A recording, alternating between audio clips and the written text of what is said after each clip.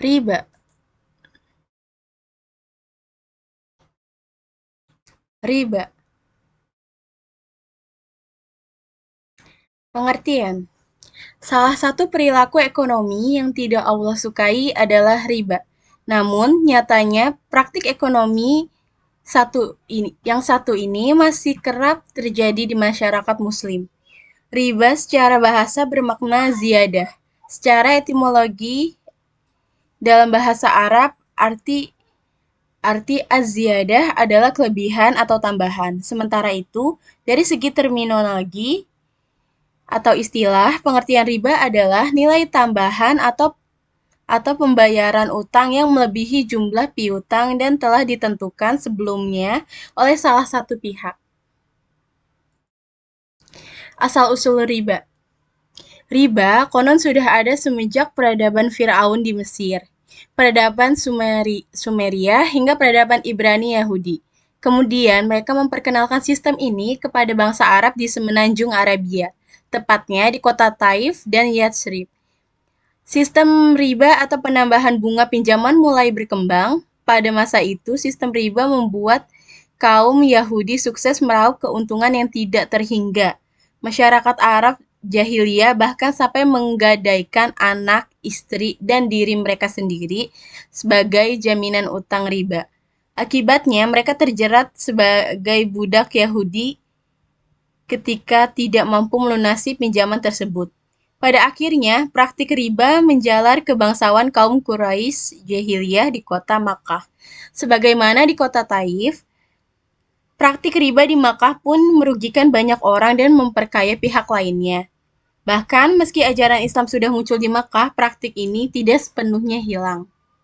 Mungkin karena udah kebiasaan. Sistem pinjam-meminjam pada sistem riba ini banyak menguntungkan kaum pemilik modal karena banyak mendapat keuntungan yang lebih dari yang dipinjamkan.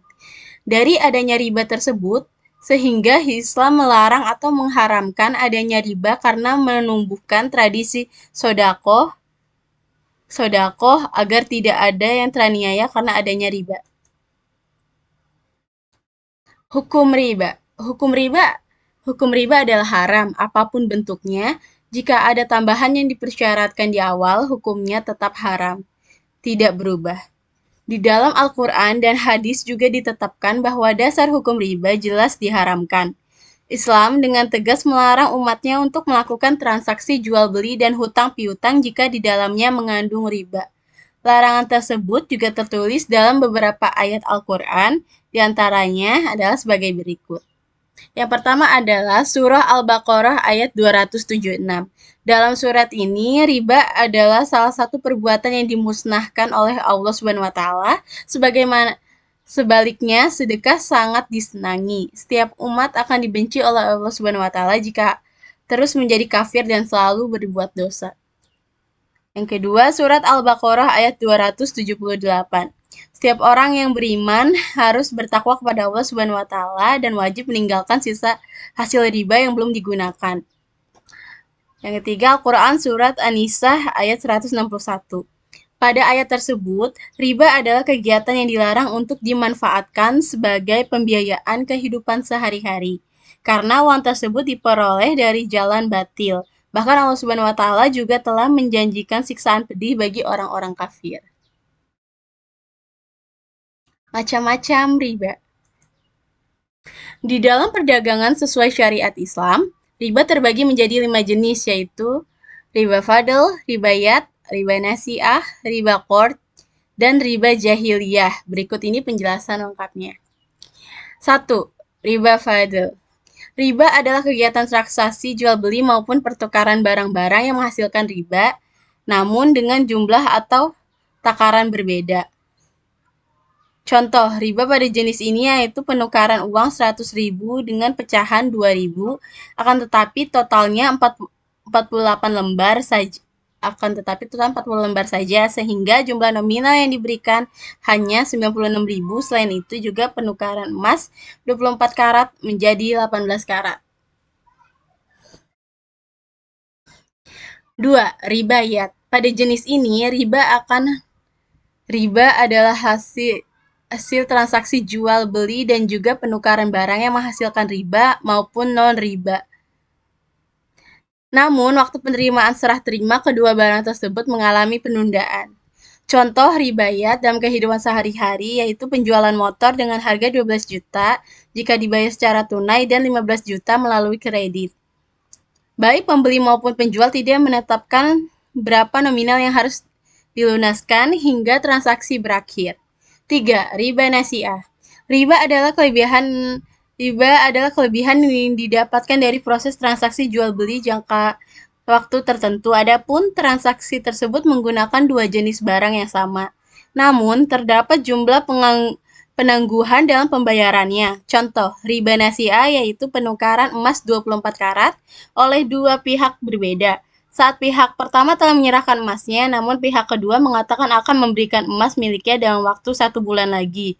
Hal ini menjadi riba karena harga emas dapat berubah kapan saja. Riba qard.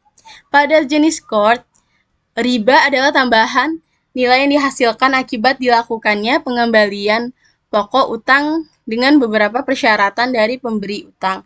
Contoh riba di kehidupan sehari-hari yaitu pemberian uang 100 juta oleh rentenir namun disertai bunga 20% dalam waktu 8 bulan. 5. Riba jahiliyah. Riba adalah tambahan atau kelebihan jumlah pelunasan utang yang telah melebihi pokok pinjaman. Biasanya, hal ini terjadi akibat peminjam tidak dapat membayarnya dengan tepat waktu sesuai perjanjian. Contoh riba jahiliyah adalah peminjaman uang sebesar 20 juta rupiah dengan ketentuan waktu pengembalian 6 bulan. Jika tidak dapat membayarkan secara tepat waktu, maka akan ada tambahan utang dari total pinjaman. Cara menghindari riba. Memahami bahaya dari perbuatan riba. Yang pertama, memahami bahaya dari perbuatan riba.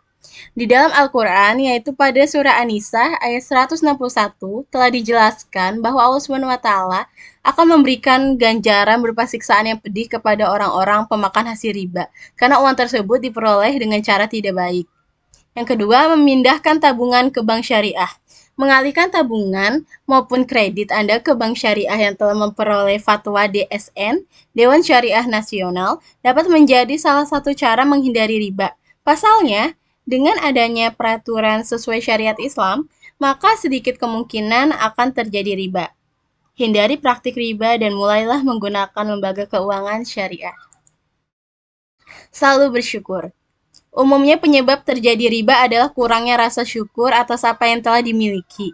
Padahal dengan menerapkan sifat selalu bersyukur akan menghindari Anda terhadap keinginan hidup mewah dan konsumtif lewat berhutang atau riba. Kalau gitu sekian dari saya. Wassalamualaikum warahmatullahi wabarakatuh. Semoga bermanfaat.